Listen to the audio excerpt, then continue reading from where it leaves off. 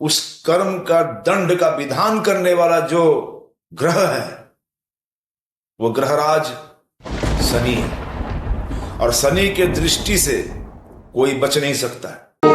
नारी महाचंडी मुक्त केशी बलिप्रिये कुलाचार प्रसन्नस्ये नमस्ते शंकर प्रिये घोर नमस्ते। जय गुरुदेव, जय मां तारा। मैंने कई वीडियोस बनाया है मारण क्रिया के ऊपर। आज मैं फिर इसी मारण क्रिया की चर्चा को लेकर के आपके सामने उपस्थित हूं। मारण क्रिया का प्रयोग शास्त्रों में विशेष रूप से षटकर्म के अंदर में मारण क्रिया को विशेष स्थान दिया है। तंत्र शास्त्रों में मारण क्रिया के कई विधियां हैं, कई प्रयोग हैं, लेकिन मैंने इसके पहले भी कुछ वीडियोस बना के आपको बताया कि मारण क्रिया करने वाले व्यक्ति का जीवन पतन की ओर चल जाता है और उस व्यक्ति का मानसिक पतन भी होना असंभव रहता है। लेकिन शास्त्रों में इस मारण क्रिया का जिक्र बार बार हमें मिल जाता है, तो जिज्ञासाएं बढ़ती हैं। बहुत सारे लोग पूछते भी हैं, चर्चाएं होती रहती है। मृत्यु एक हमेशा जिज्ञासा की वस्तु बनी रही थी और बनी रहेगी। तो आज मैं फिर इसी मारण क्रिया को लेकर के यह वीडियो आप लोगों के सामने प्रस्तुत कर रहा हूं। आज मैं बताऊंगा न्याय के देवता श्री शनिदेव के माध्यम से साधक कैसे मारण क्रिया कर सकते हैं।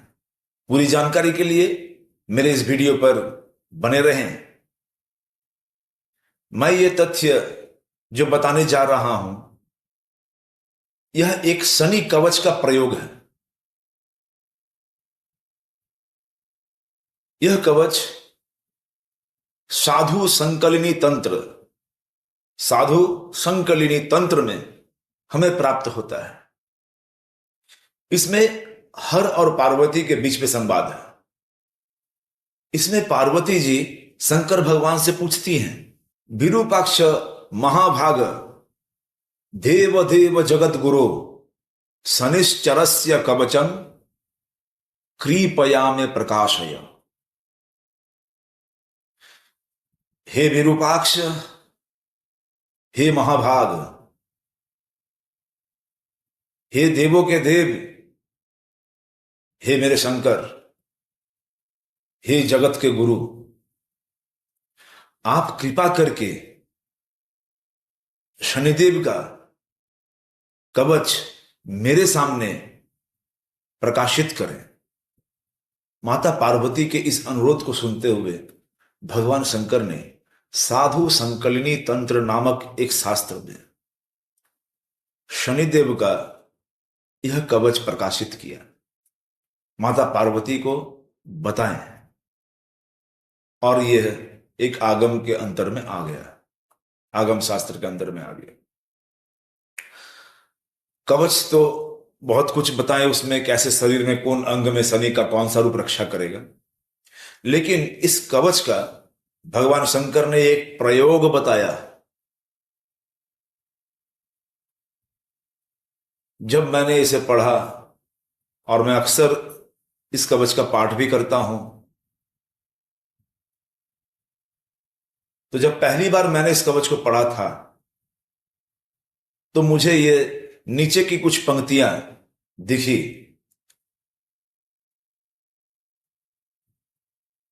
जो मैं आप लोगों के सामने बताने जा रहा हूं। ध्यान रहे, शनिदेव न्याय के देवता हैं, दंड के अधिकारी हैं, धर्मराज यम का भाई है, और यमुना देवी भी उनकी बहन है, सूर्य पुत्र है। शनिदेव की दृष्टि से कोई भी नहीं बच सकता। ग्रहों के दृष्टिकोण से देखा जाए, ज्योतिषों के दृष्टिकोण से देखा जाए, तो कहीं पर शनि को पाप ग्रह कहा जा रहा है, कहीं पर शनि को क्रूर ग्रह कहा जा रहा है। लेकिन उनके शरणागत होकर के अगर कर्म को सुधार लिया जाए, मनोवृत्ति को सुधार लिया जाए, तो वही शनिदेव आपके सहाय भी बन जाते हैं। तो इस शनि कवच में जो पंक्तियां आ रही है उसको मैं आपके सामने रखने जा रहा हूं। शुक्लाष्टम्यं शनिर्बारे पंचानन गतैरवो, शुक्ल पक्ष का अष्टमी हो और पंचानन में रवि हो। एतद योगम महेशानी यदि भाग्यवशल लभेत, अगर हे महेशानी यह योग आपको भाग्यवशत उपलब्ध हो, प्राप्त हो, या जिस व्यक्ति को, साधक को उपलब्ध हो यह योग, आयस प्रतिमान कृत्वा, एक लोहे का मूर्ति बनाना पड़ेगा और उस मूर्ति को बनाकर निशा मध्य प्रपूजयेत, रात्रि काल में पूजा करना होगा। कृष्ण पुष्पैश्च नैवेद्य, पूजा में नैवेद्य आदि का आयोजन हो, और पूजा कृष्ण पुष्प मतलब काले पुष्पों से पूजा होनी चाहिए।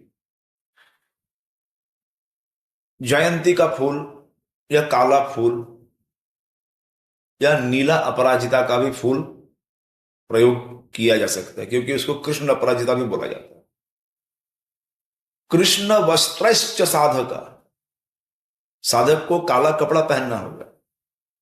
पूजयित्वा निशा मध्ये कवचम दशधा पठेत, रात्रि काल में यह पूजा समापन के बाद संकल्प लेकर के, या जो व्यक्ति इसका प्रयोग करने जा रहा है वो संकल्प लेगा कि मैं अमुक काम के लिए, मारण क्रिया के लिए, अमुक व्यक्ति का मारण क्रिया के लिए मैं इस मंत्र का प्रयोग करने जा रहा हूं, कवच को 10 बार पाठ करने जा रहा हूं। प्रति श्लोकं महेशानी स्वाहा प्रणव पूटितम, मतलब इस कवच का जो आप 10 बार पाठ करिएगा, इसके बाद आपको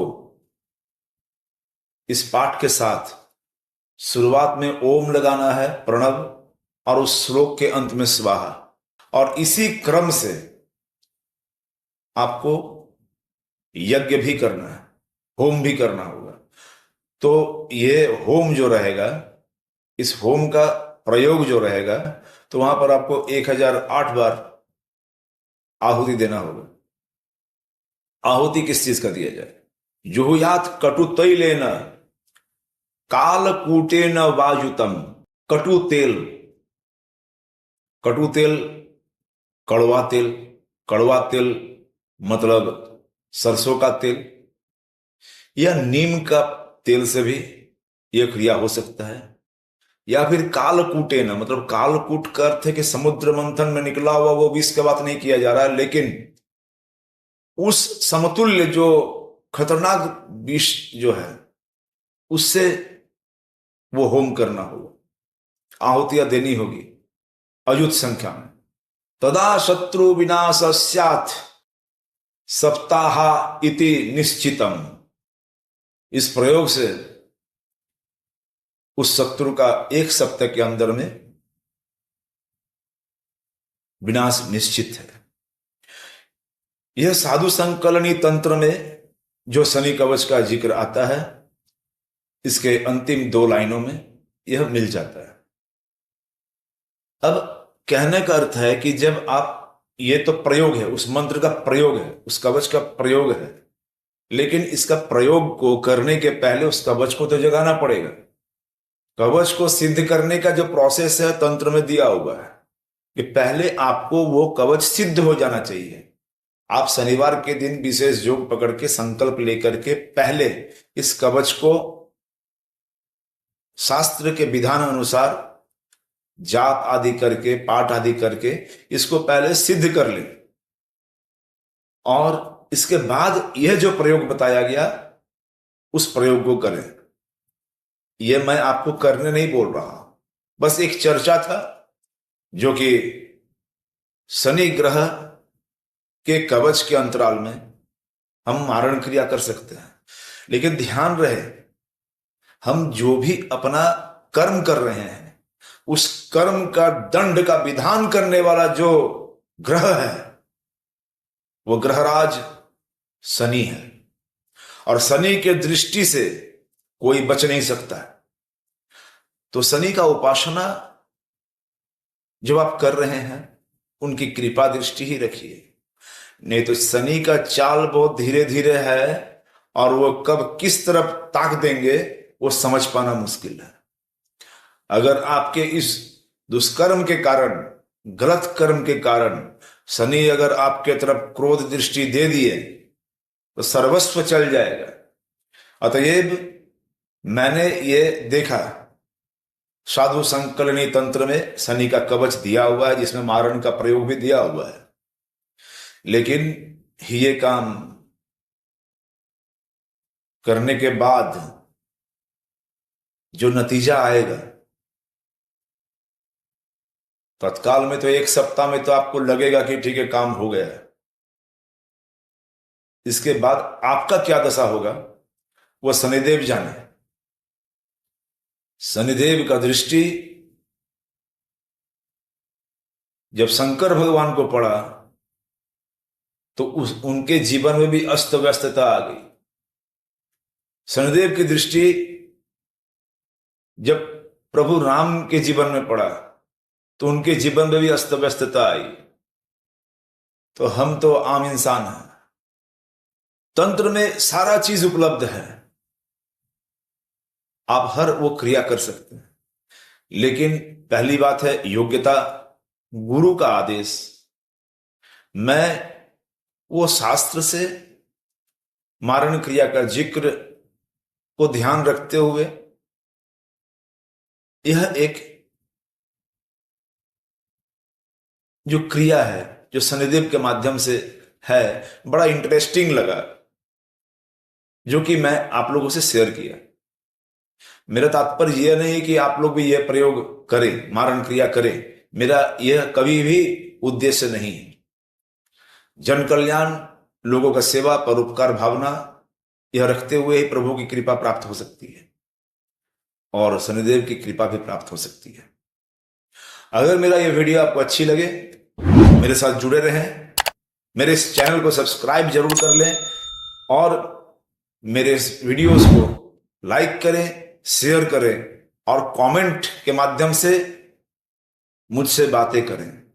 और अगर किसी भी प्रकार का प्रश्न मन में उठ रहा हो तो जरूर ही मुझसे कमेंट में संपर्क करें, कमेंट में बताने का कष्ट करें।